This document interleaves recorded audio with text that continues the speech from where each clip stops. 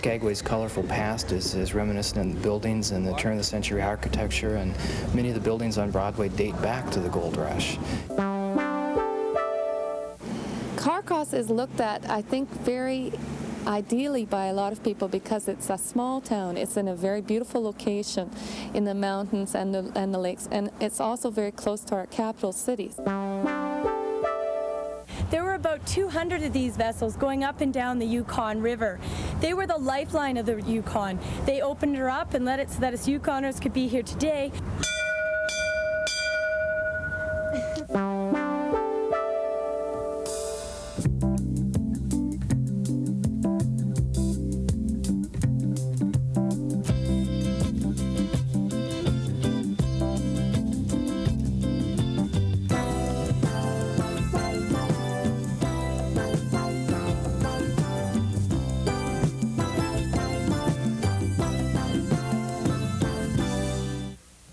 You don't have to live in any Southeast community very long before you've driven from one end of every highway to the other end many times. Hello, I'm Scott Foster and welcome to Rain Country.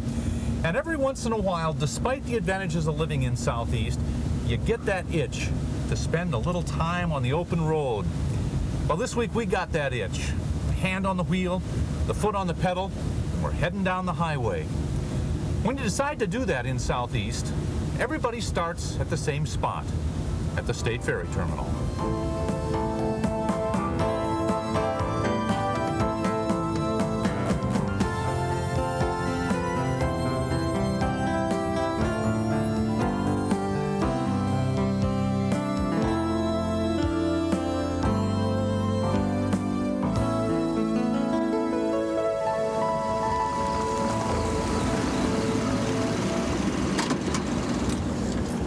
Where the ferry trip ends, the highway trip begins, and we'll be heading up the highway to places like Carcross and Whitehorse, over to Haines Junction and down to Haines.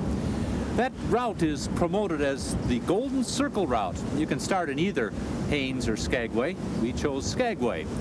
This is a town whose name means the Great North Wind. It also comes from the Tlingit word, or you never breathe the same air twice. Before heading on down the highway, we're going to spend a little time looking at some of the sights in Skagway.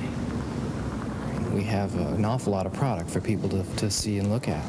Skagway's colorful past is reminiscent in the buildings and the turn-of-the-century architecture, and many of the buildings on Broadway date back to the gold rush. And that whole setting, that whole Broadway atmosphere is really carried out through the entire community. There's shows to see, entertainment, and just walking around Broadway gives you that sense of yesteryear and that wonderment of the thousands of hardy souls that must have come through here in their search of gold. Another place to see a bit of history is in the Trail of 98 City Museum. It features the gold rush and native artifacts, but has an unusual assortment of historic bits and pieces filling all available wall and floor space. The museum building has some history of its own. It was built in 1900 as Alaska's first institute of higher learning, but it quickly folded. It was also U.S. District Court No. 1.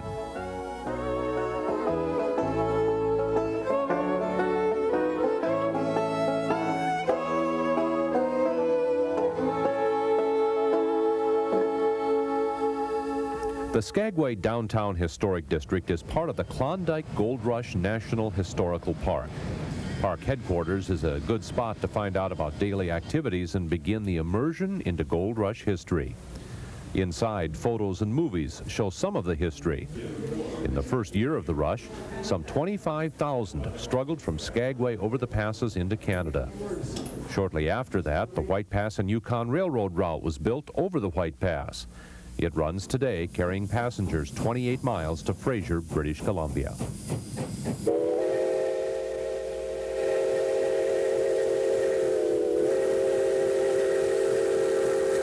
A different Skagway perspective comes from the air. Helicopters and fixed-wing planes provide flights over the Chilkoot Pass and to other attractions.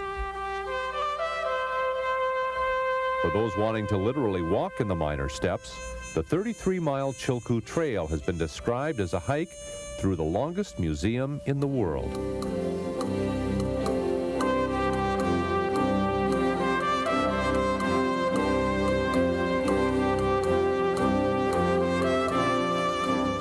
Considerably shorter walks are conducted daily in town by National Park Service rangers, who explain that at the height of the gold rush boom, Skagway had 20,000 people and no law and order.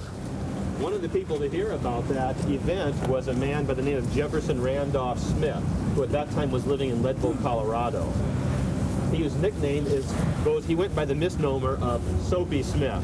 He was kind of a con man, a confidence man. One of the main Soapy Smith and his group of con men worked at relieving those on the way to the gold fields of their money.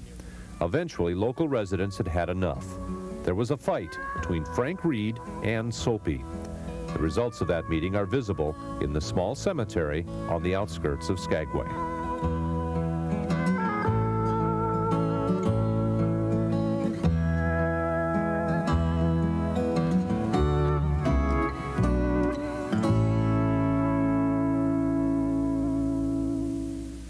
Skagway's colorful early days are now remembered in tombstones and restored buildings.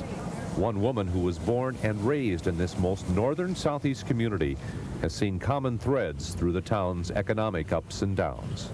Even from the very earliest days, Skagway got lots of tourists.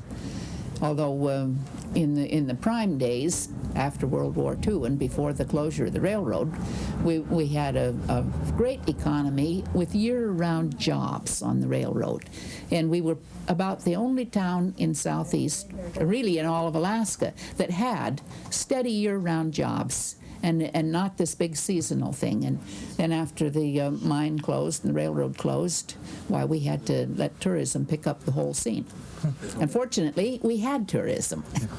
A town that runs on tourism is a hectic town for at least part of the year. It's a characteristic shared by most other towns along the Golden Circle Highway route. Well, in the summer, we meet ourselves coming and going. We're just running practically 24 hours a day, coping with tourists and keeping our businesses going and holding down our jobs, telling people we don't have a house or room to rent after all. And in the wintertime, why, we just settle back to a normal pace. The summer pace means dealing with visitors every day and answering their questions. Some questions are asked over and over again and prompt a quiet desperation. If one more person says, "What do you do in the winter?" Or they walk up from the ship and they say, "What's the altitude here? Do you have a school? Do you have a post office?" Well, what do you think we have, for crying out loud? We're a town just like anybody else. Yes, we have a school and a post office. And the altitude depends on whether the tide is in or out. For the year-round residents, when everybody's gone and you're back to the other kind of life, what do you do for fun, for relaxation? What do you do? What do we do in the winter? No, I don't. Well, we have clubs, we have bowling.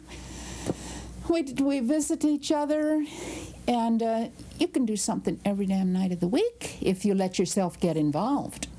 Because there is lots of activity, lots of social activity, just like there would be anywhere else. Most of us from Southeast who come to Skagway, we see all the stores, we see all of the history, the park service and the railroad, and we take that in, and then we move on. Mm-hmm. But you don't move on, you live here. What's the other side of Skagway that we don't see as much when we're visitors in your town? Well, I think the other side is that Skagway is a nice, comfortable little town to live in. It's a great little town. In wintertime, we all know each other, and we can walk to anything we want to go to. We don't have to fight traffic or anything. It's comfortable and relaxing to live in Skagway, and it's nice to interact with a big family of people that you know. Winter or summer, families and visitors to Skagway and nearby Haines can do what no one else in Southeast except Hyder residents can, and that's get away by road. The road connecting these two Alaska towns is 359 miles, goes over 2 mountain passes, and circles through Whitehorse and Haines Junction. Each year, an estimated 20,000 people take the trip and enjoy the sights along the way.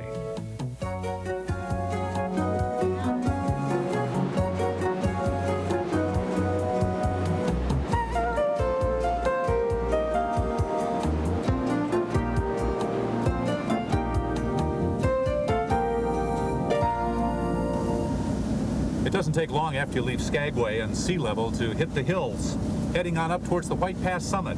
In 14 miles, you gain about 3,300 feet. And going over the pass, the climate is likely to change from the rainforests of southeast into the more dry interior of Canada.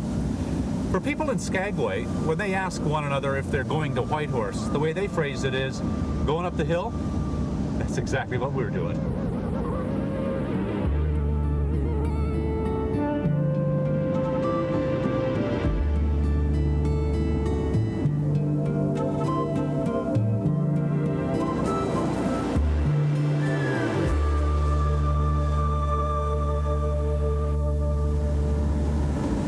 We just passed over the summit.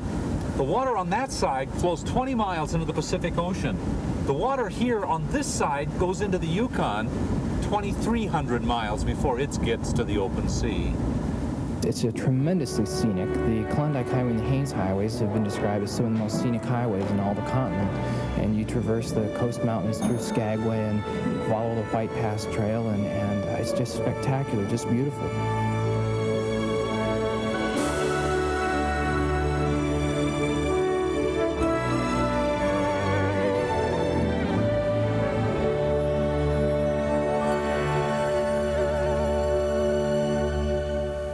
This route isn't all Gold Rush history. Earlier natives used this same valley to trade rainforest and ocean products for desired commodities from the interior. In fact, these routes were called grease trails for one of the products, a fish oil valued as a delicacy. During the Gold Rush, this was also known as the Dead Horse Trail because of the more than 3,000 that died carrying miners' gear.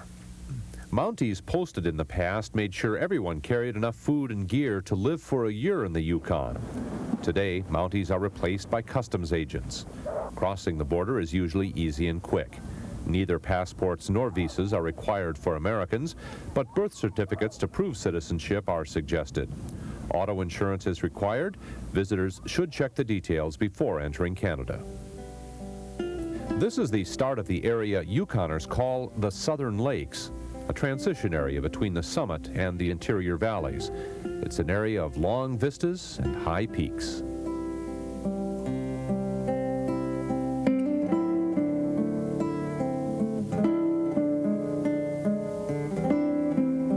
The perspective changes when humans and their machines follow the road as it climbs, dips, and curves along the lakes into the town of Carcross.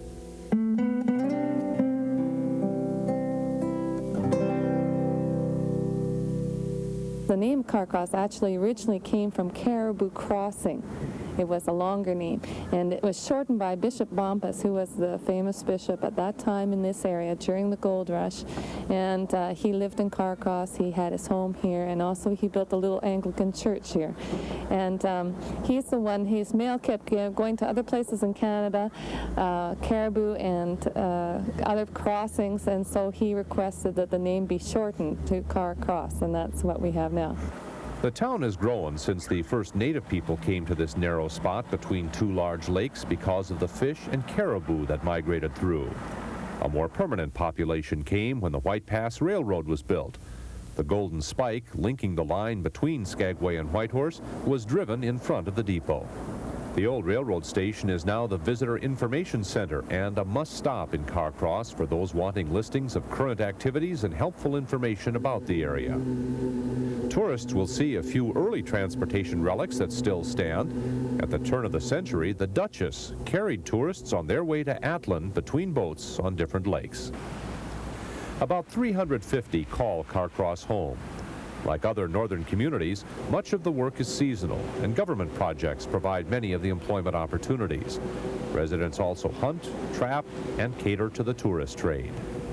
The old cabins along the water, like some other buildings in town, were moved from earlier mining boom towns in the area that have since gone bust. Each of these parts of history contribute to the character of this small town located between Whitehorse and Skagway. Carcross is looked at, I think, very ideally by a lot of people because it's a small town. It's in a very beautiful location in the mountains and the lakes, and it's also very close to our capital city. So it's just an hour's drive from Whitehorse. It's also a very beautiful drive. from Whitehorse to Skagway. So it's in the best of locations, you know, halfway to the coast and halfway to our capital, where you can basically be involved with anything you like. So you have a mixture of the best of all things, really, by living in Carcross. We were in Skagway talking with a woman who lives there all year round, and she said she gets so tired of people asking her, well, what do you do in the winter in a little town like this? But can I, for fear of embarrassing myself, ask you what goes on in the winter in Carcross? In the winter you catch up, supposedly. I've never been so busy in my life. I've lived in a lot of other places, but since I've moved to the Yukon 13 years ago, I've never been so busy in my life, you know, because basically in a small town you're picking up on a lot of activities and you're heading them instead of just being a participant. As well, I'm an artist, so I do artwork, and I'm a wife, and I have a family, and so there's all those sort of things. Visiting takes place in the wintertime. You just don't have time in the summertime as much to do those sort of things. Before leaving, one sight to see is the Carcross Cemetery. It's located just outside of town. Buried nearby is Polly the parrot. The bird was famous for its drinking and swearing, and had seen a lot of Yukon history before dying in 1972 at the age of 125. Well, the cemetery is probably the most famous cemetery in the Yukon because it has all the Gold Rush characters buried there. There's Kate Carmax and Skookum Jim and George Carmax, and there's Bishop Bompus. Basically, all the ones that discovered the gold in the Dawson area, in the Klondike area, they're all buried in Carcross.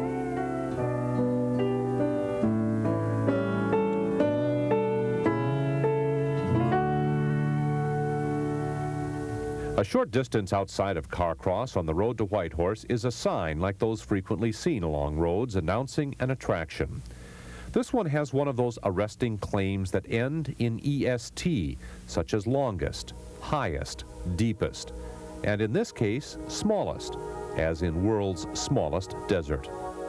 As the sign explains, this area is a former glacial lake, but when the glacier retreated, the water level dropped and the sandy lake bottom was left behind. Local winds coming off Lake Bennett constantly move the sand, making it difficult for plants to grow.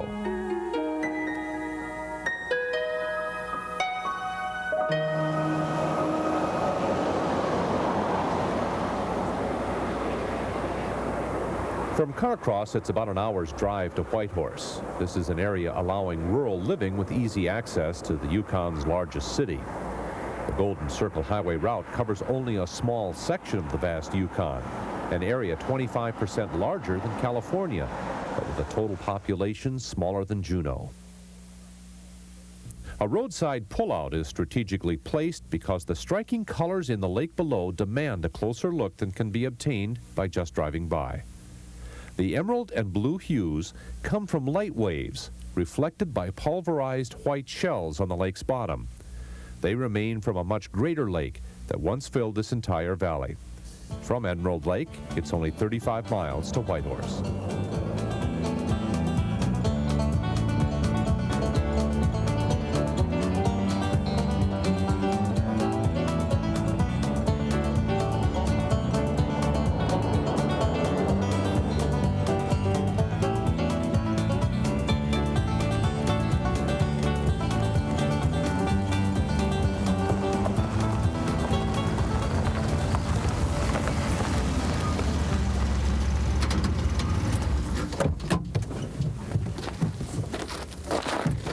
Traveling these roads, it's hard to avoid a sense of history. You start in Skagway, the staging area for the gold rush, go over the White Pass, and then you get down into the lake country and into Carcross.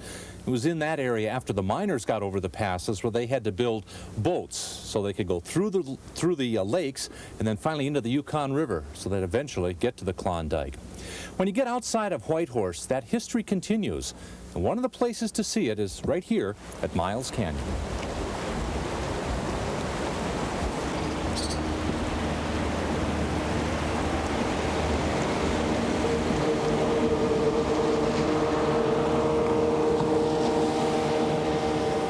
In 1898, Miles Canyon didn't look as peaceful as it does today. That was before a dam a few miles downriver backed up water and flooded the rapids. Then, getting through the rapids, some of the roughest on the entire Yukon, was another of the major obstacles facing gold seekers. An entry in an early edition of the Klondike Nugget described the run through Miles Canyon this way, quote, "The boats filed into that tremendous first section of the canyon, dodged the whirlpool in the middle, rushed down the second section of the canyon, tossed around for a while in the seething water of the rapids, made that stupendous turn into Whitehorse, as with rapidly accelerating speed they plunged into the final chaos of angry waters," end quote. The Mounties quickly established requirements that experts were required to pilot boats through the rapids. Today, the once treacherous canyon is one of the scenic viewpoints in the Whitehorse area. In fact, the name of the town came from these rapids. They reminded miners of the flowing manes of white horses.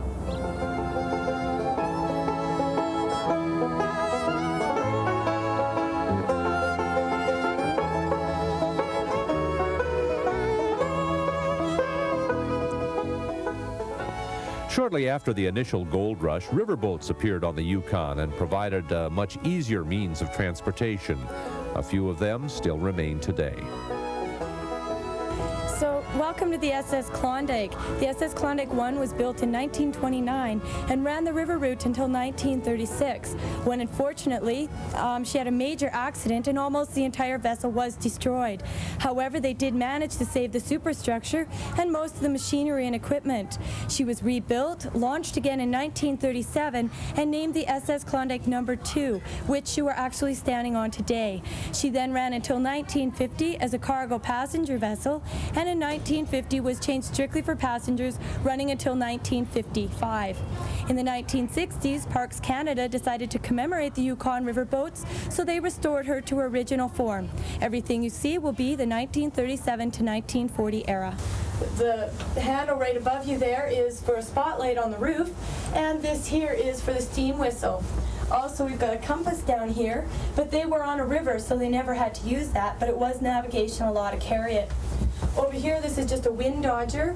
They had to keep windows open at all times so you can always hear your vessel. So that just simply broke the wind from hitting you in the face. How high is this off the water? When this is in water, the wheelhouse is 44 feet high, so it's quite a ways.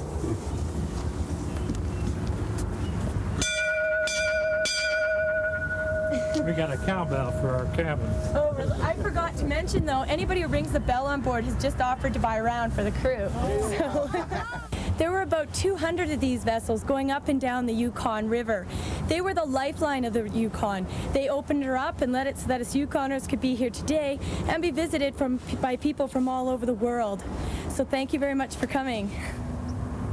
Whitehorse got its real start when the White Pass and Yukon Railroad connected the town with the saltwater port of Skagway in 1900. In 1953, the provincial seat of government was moved from Dawson to Whitehorse. Today, it's a modern city in the midst of vast areas with little or no population. It sits between the Yukon River and the Alaska Highway.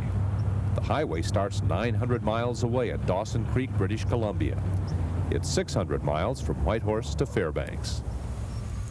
When residents of Whitehorse describe their town, they use similar words as some of those who live in Carcross and Skagway.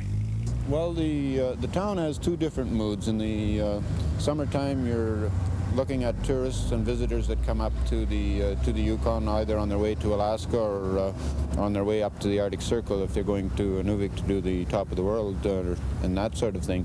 So you end up with that sort of a mood in the summer. In the wintertime, you become a sort of a closed community where you have all your friends, and all at once you can spend some time and visit with them and enjoy the winter activities. And for those of us that really don't know Whitehorse at all, can you kind of characterize sort of the spirit of the feeling, the mood of a town like this?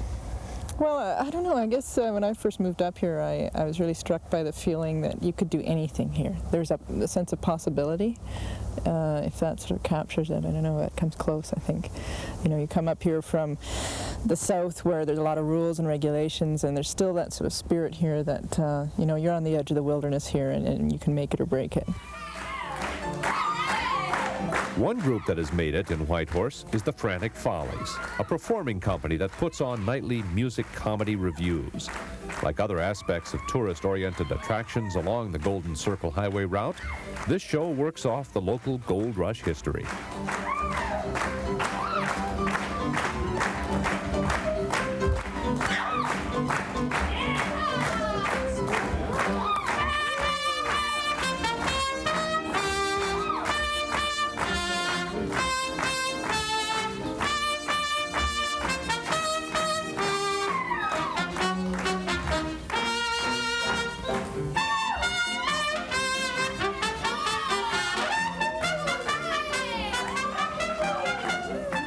Whitehorse is the largest city on the Golden Circle route that connects Skagway and Haines by highway, and it offers big city attractions like golf courses. Take that. Colorful botanical gardens growing in profusion 400 miles south of the Arctic Circle. A museum that has a botanical garden of its own on the roof. And Sam McGee's cabin with the insides set up like he had just left it and rushed off to his fateful gold-seeking effort on Lake LaBarge. We'll visit them and more before getting back on the highway and continuing this Golden Circle odyssey.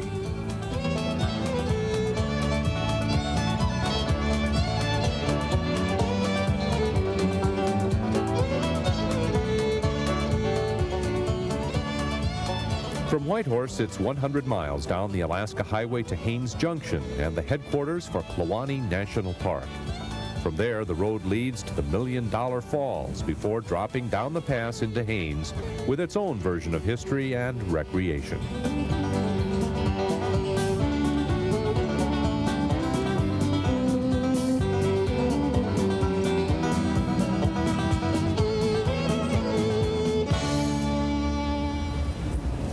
That's all coming up when our journey continues with part 2 of the drive along the Golden Circle. You're invited to join us then on our next edition of Rain Country. I'm Scott Foster. Have a good day.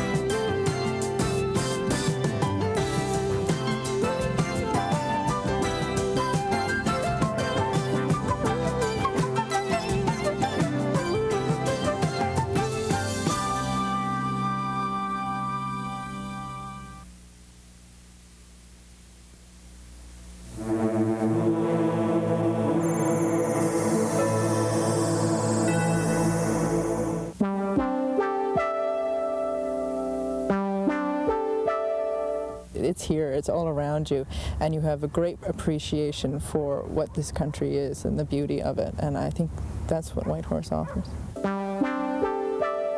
Kluane is a wilderness park. It's such a big area of wilderness that's its main attraction. It contains Canada's highest mountains. There's the largest non-polar ice fields. Well, I think people that come to Haines come for the same reasons they've always come, and that's for the outdoor recreation and the fishing, hiking, photography, and the camping that's here.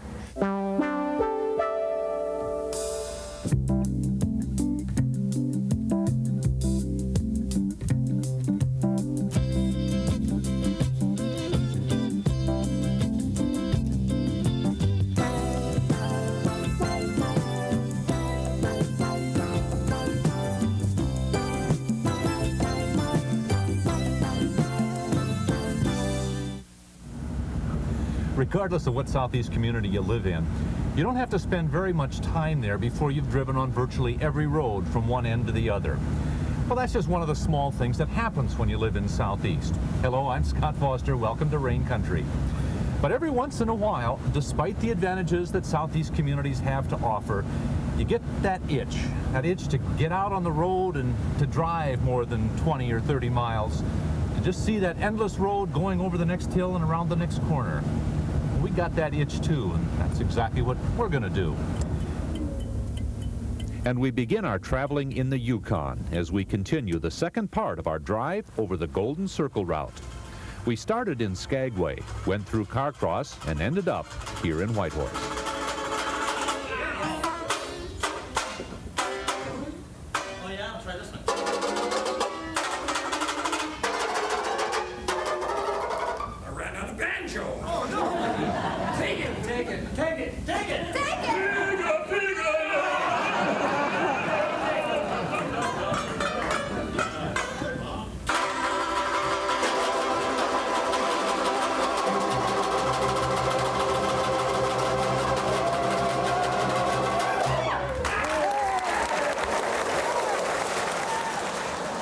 The Golden Circle is about a 360-mile highway loop connecting Haines and Skagway through the Yukon and Whitehorse. It may be started anywhere. We began with the sites in Skagway. We have an awful lot of product for people to see and look at. Skagway's colorful past is reminiscent in the buildings and the turn-of-the-century architecture, and many of the buildings on Broadway date back to the gold rush. And that whole setting, that whole Broadway atmosphere is really carried out through the entire community. The drive out of Skagway follows the White Pass, one route used by those seeking fortunes in the Klondike gold fields in 1898. Not too long after the miners struggled up this valley, the White Pass and Yukon Railroad was built. It now makes summertime day trips along one side of the pass. Along the other, the road climbs 3,300 feet in 14 steep miles to the summit. And then it's on to Canadian customs, the different kinds of vegetation found on the dry side of the pass, and the town of Carcross. Carcross is looked at, I think, very ideally by a lot of people because it's a small town. It's in a very beautiful location in the mountains and the lakes, and it's also very close to our capital city. So it's just an hour's drive from Whitehorse. It's also a very beautiful drive from Whitehorse to Skagway. So it's in the best of locations, you know, halfway to the coast and halfway to our capital, where you can basically be involved with anything you like. So you have a mixture, the best of all things, really, by living in Carcross. Just outside Carcross is a turnoff with a sign claiming this to be the world's smallest desert. And on up the road, another turnoff allows an overlook of an emerald-colored lake. Just outside of Whitehorse is Miles Canyon. For the 98ers, Miles Canyon was a rapids that claimed boats and gear. Today, a dam has backed up the Yukon and flooded the rapids, leaving a picturesque viewpoint of another part of Gold Rush history. In Whitehorse, one of the most obvious reminders of the golden days sits next to the highway it used to run. There were about 200 of these vessels going up and down the Yukon River. They were the lifeline of the Yukon. They opened her up and let it so that us Yukoners could be here today and be visited by people from all over the world. In the 1960s, Parks Canada decided to commemorate the Yukon River boats, so they restored her to her original form. Everything you see will be the 1937 to 1940 era. The riverboat is just one of the obvious things for visitors to see in Whitehorse. Attractions like this make up only one part of a town's character, and it's usually quite different from the town local residents know. You go to a large city and all at once there's too many people. You walk down the street in a large city and you look for a familiar face that you're so used to seeing when you're in Whitehorse. People that are willing to take risks, who aren't necessarily always playing it safe. I think they thrive here, who maybe tend to buck tradition. I think they do well. I always say that if you like it the first week you're here, you're going to stay, and if you hate it, it's no use planning on staying. I recognize that it's a place that I could easily settle down and have a family here and know that they have the best of everything, really. They have very good schools here. If you want your kids outdoors and active, it's here, it's all around you. And you have a great appreciation for what this country is and the beauty of it. And I think that's what Whitehorse offers.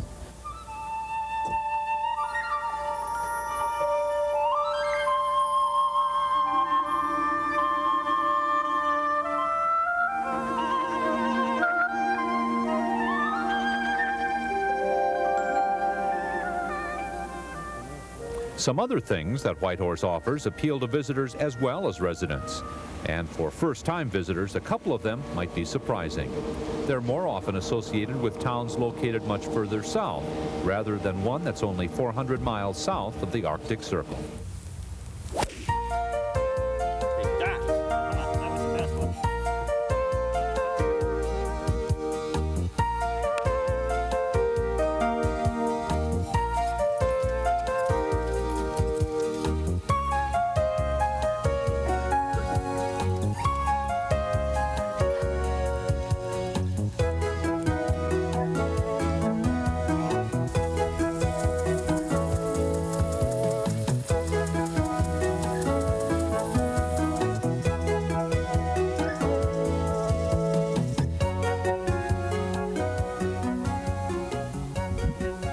In downtown Whitehorse, just across the street from the historic Yukon River, is the McBride Museum's collection of historic relics, and an old building that has a lot to do with Northland lore. It's Sam McGee's cabin, a man more remembered in death than life because of poet Robert Service. In 1905, Service was attending a Whitehorse banquet when he heard the story of two prospectors at Lake LaBarge. When one died and it was too cold to dig a grave, the survivor instead cremated him. After the dinner, Service went back to his room and stayed up all night writing The Cremation of Sam McGee. In the outside display yard next to McGee's cabin are some of the early means of transportation in the Yukon. And inside the museum are 2 floors of displays.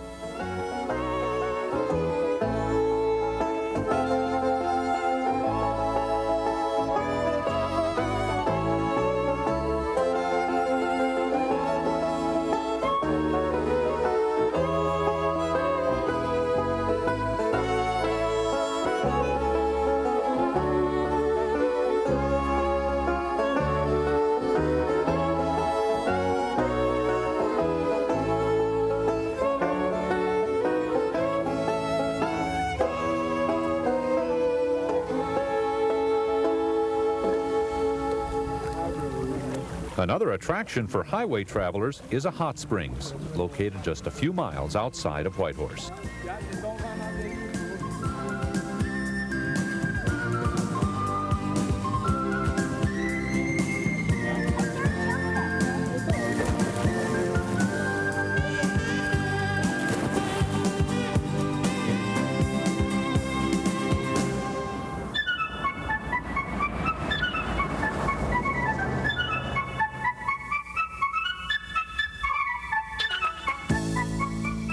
The Alaska Highway is a bit of history itself. It was built as a military supply route during World War II, and after the war it was a key to opening the Yukon and Alaska. Today its 1,400 miles is paved with asphalt and is the one overland route connecting Alaska with the rest of the U.S. through the Yukon and British Columbia.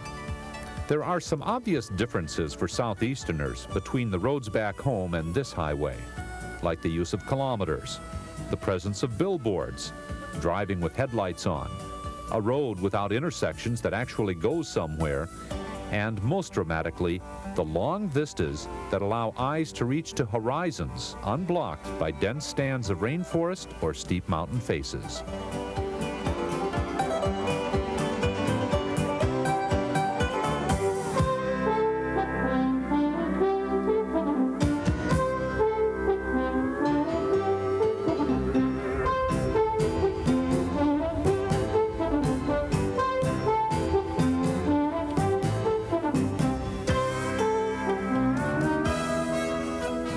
Haines Junction is 100 miles from Whitehorse, and it's one of the only places in a long way that a driver has to make a decision on which road to take.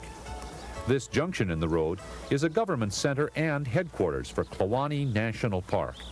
It's also a small town in the far north that attracts a certain kind of person. In Haines Junction there's about 500 people, and you get to know most people that way, and you're friends with everybody. And although at times it can be everyone knows your business as well, there's also always a concern for you, and if anything, if you ever need any help, there's always people there for you. So I enjoy that aspect of it, and it's also Haines Junction just being in the north, and it's very much an outdoor type place to live. You have to enjoy getting out hiking, skiing in the winter time, and just being outdoors more, making your own type of recreation rather than counting on having a theater available or to be able to go to a movie or something like that. You have to be able to make your own enjoyment. Contrast life in Haines Junction in the summer and in the winter for a year-round visit. Well, the winter's very, very quiet. When it's cold, there's not much goes on. Then your spring skiing starts in February, March, when the sun gets a little bit higher, and then there's some actually very excellent skiing, spring skiing. And but if it's cold, there's not much moving, and of course there isn't any tourists around, so it's just the locals basically here. Well, you all know each other. You're all kind of, or is it the same? You have some friends and some enemies, or? Oh, you know everybody. Yeah, you know, there's of course the longer you be here, there's some new people come in that I'm not too familiar with, but you basically know everybody that's in the whole town. most people are involved in the tourism industry for sure, with the national park or owning motels or restaurants, and it's open in the summer, and everybody goes full blast in the summertime. You don't get a lot of time to visit in the summer, and that's what makes it nice in the wintertime is a lot of things close down and people will still be around to visit and enjoy each other's company then. But because you don't see a lot of people in the summertime, it's a nice combination between the summer and winter visits in the winter and go full blast in the summertime. And the main summer attraction is Kluane National Park, 8,500 square miles of wilderness. The headquarters and visitor center stands on a knoll near the junction in Haines Junction and provides a view of the first park peaks. Inside are displays and information about the park.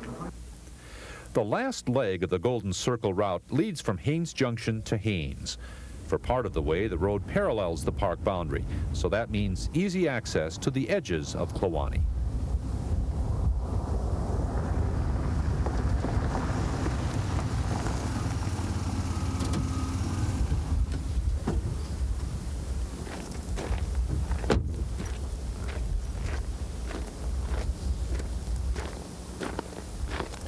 Each of the towns along this route has its own role in the gold rush history of the North. And as you're looking at your maps and counting off the miles or the kilometers, it's easy to look forward to each town and the attractions they have to offer. But when you're making this trip, it's probably a mistake to spend all of your time in the towns, because just outside of Haines Junction, there's a national park, Kluane National Park. It's a massive wilderness area, and it offers an opportunity for people to get out of doors and enjoy a large part of what this country is all about.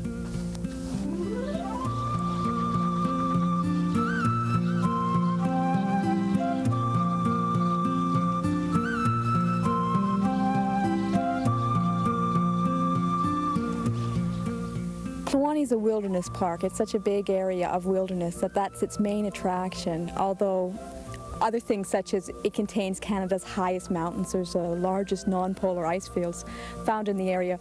There are attractions to the area, and yet they're very hard to get to. So I think the main reason people want to come to here is to just traveling along the edge of Kluane and getting the feeling of the wilderness area that they're in. Those traveling off the highway experience a completely different kind of park.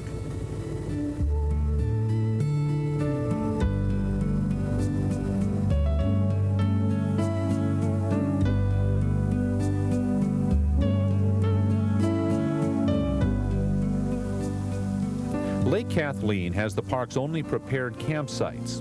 Camping is allowed anywhere within Kluane's greenbelt as long as campers pre-register.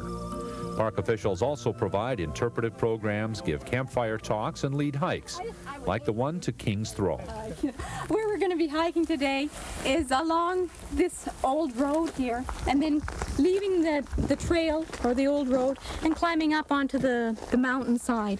You're welcome to join in for as long as you want to, and if you decide that you've had enough or want to come back, just let me know before you go, and I'll count down from my 15, so I was keeping track of how many people we have together. Yeah. This trail begins in a forested area at the lake. As the trail climbs 4,000 feet, the vegetation changes, and hikers are able to see the slow growth that takes place in this northern area. At this trail's end in the high alpine country, there's a high overlook of Lake Kathleen. This is just one of many trails in the park. Some take only a half hour to hike, others require several days.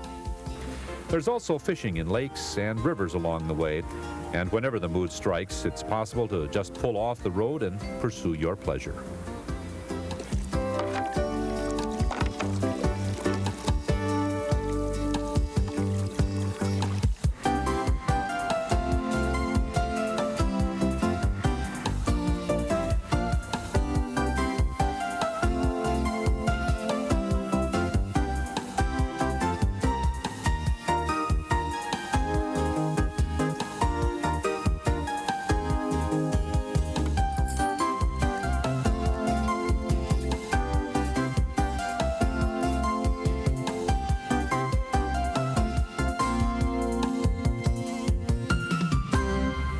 It's 160 miles from Haines Junction to Haines.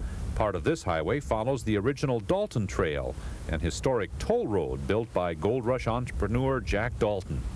One pull-off along the way is at the $1 Million Falls. Access to the falls is along a maze of boardwalks and connecting ramps that look like the entrance to a Cliff family Robinson home. The origin of the name $1 Million Falls is unknown, but a nearby sign offers some guesses, such as a plane carrying $1 million payroll crashing near here, or $1 million of highway construction equipment might have been buried here, or it cost over $1 million to set up the construction site located near here, or the cost of construction of the Haines Road to this point cost $1 million. Like the Alaska Highway, the Haines Road was built during World War II as part of the war effort.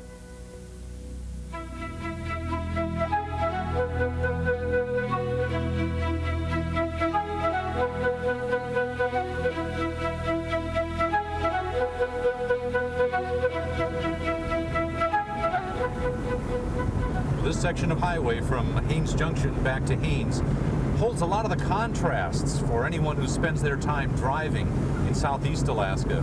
We finally gotten the rain back now too. One of the differences in southeast, you're driving on short roads, and either side of the road is either water or else the rainforest of southeast. But here, we're up above timberline, and you can see in these wide valleys the road stretching out, it seems like, for miles ahead of you. We can tell we're getting closer to home, though.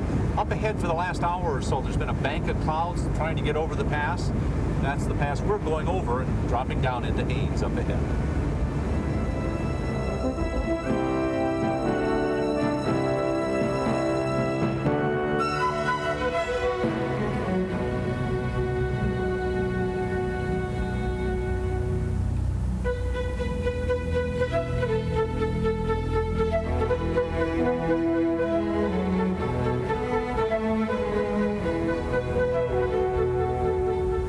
Like the Klondike Highway from Skagway, this Haines Road is important to the residents of Haines. Chip Waterbury is Haines Tourism Director. Many thousand people a year travel on that Haines Highway, of course, because we're a link between the ferry system and the highway. So it's really the lifeline of town, our access. People drive to Whitehorse or to Anchorage or Fairbanks from here. So we're very much a part of the mainstream transportation because of the highway and the ferry system.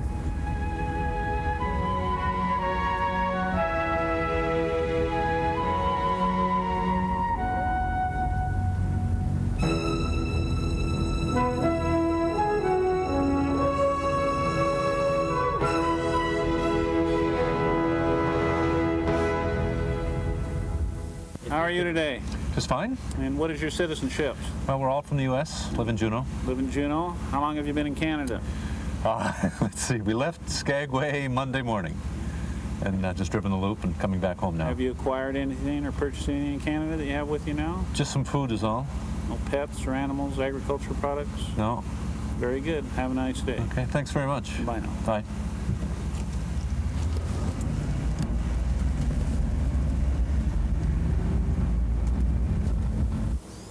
Well, I think people that come to Haines come for the same reasons they've always come, and that's for the outdoor recreation and the fishing, hiking, photography, and the camping that's here. And people come because they just like the town. It's a small town, and there's local artists that work here, and it's very beautiful and very relaxing. The best things to see in Haines, of course, the Chilkat Indian dancers are well worth seeing. We have an outstanding museum in Haines, and it's really one of the best in Alaska. Another part of the Haines history stands on its own in large, stately lines above the Green Parade grounds. Fort William Seward was established in the early 1900s. These houses were the officers' residence. One of the buildings has been turned into the Alaska Indian Arts Carving Center. Here, while artists work, visitors watch and chat. One question they frequently ask Charles Jimmy Sr. is the kind of wood he uses.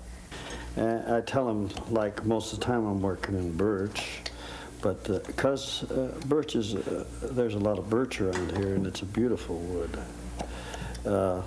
We don't have cedar that grows here that's any size, so we have to ship south of us to get red cedar and yellow cedar to carve in, see. and we have to get it from the corporation, like say at Tlakwan, the village up here, 20 miles or so. They have an island down there. But I like to talk, you know, they ask questions. They come up here for information. They come up seeking things, and nobody tells them nothing. They say, oh, I love all these totem poles. I love everything. But what do they mean? The colors, you know, I tell them about the different 3 colors, the traditional colors that we use. And I explain as much as I can in the short time that I have with them. Sometimes they come in on a bus and, you know, they're 10 minutes or so, and there's 20 or 30. Well, it's pretty hard to, you know, I have to get them together, and then I tell them as much as I can, as much in the short time. But I have a lot of fun doing it.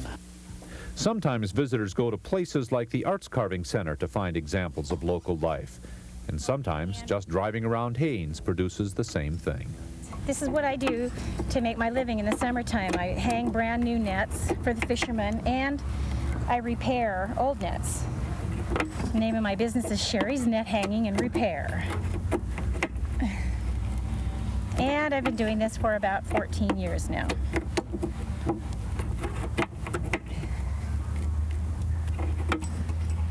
There's an awful lot of people who fish here. The rest either survive on working out at the mill or something having to do with the tourist industry, I think. What keeps this community alive? What's the, you know, the economic forces that people can survive? A lot of things, a lot of little things. I think like every place in Alaska, we're always looking for a big deal, you know, a big event. But the fact of the matter is it's a lot of little things. It's transportation and the sawmill and fishing and all these people working at these different jobs. Government is important here, the payrolls, but economically I think the town has come alive since the addition of the, economically speaking, come alive since the addition of the sawmill here, because it has added a lot of jobs in Haines. But we have fishing. More than 80 families are supported by fishing here. So it's a lot of these things together. And when they're not working, Haines residents and visitors alike use the parks that are nearby. If you bring a car or rent a car, you go see the parks. And they're really, I think, sort of the crown jewel of Haines. They're so beautiful and such a nice way to get out to the recreation around them. What we do is we go to Chilkat State Park, south of town, 7 miles. There's a hiking trail there and very good photography of the glaciers out there. There's boating.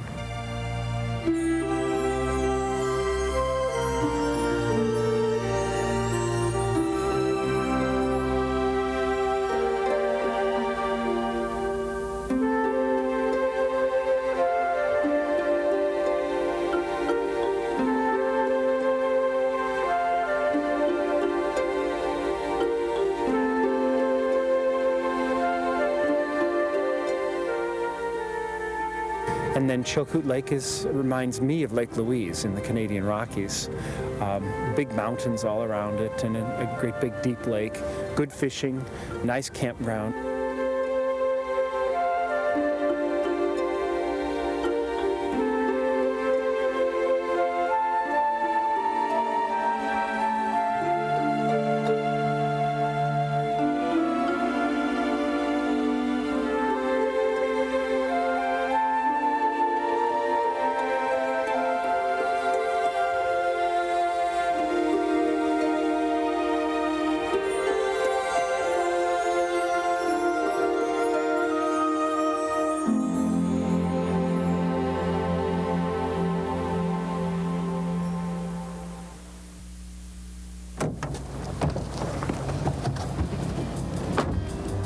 This week on Rain Country, we've been on the road, traveling some 400 miles, visiting our neighbors to the north. We'll be back again next week and travel down some different highways. You're invited to join us then on our next edition of Rain Country. I'm Scott Foster. Have a good day.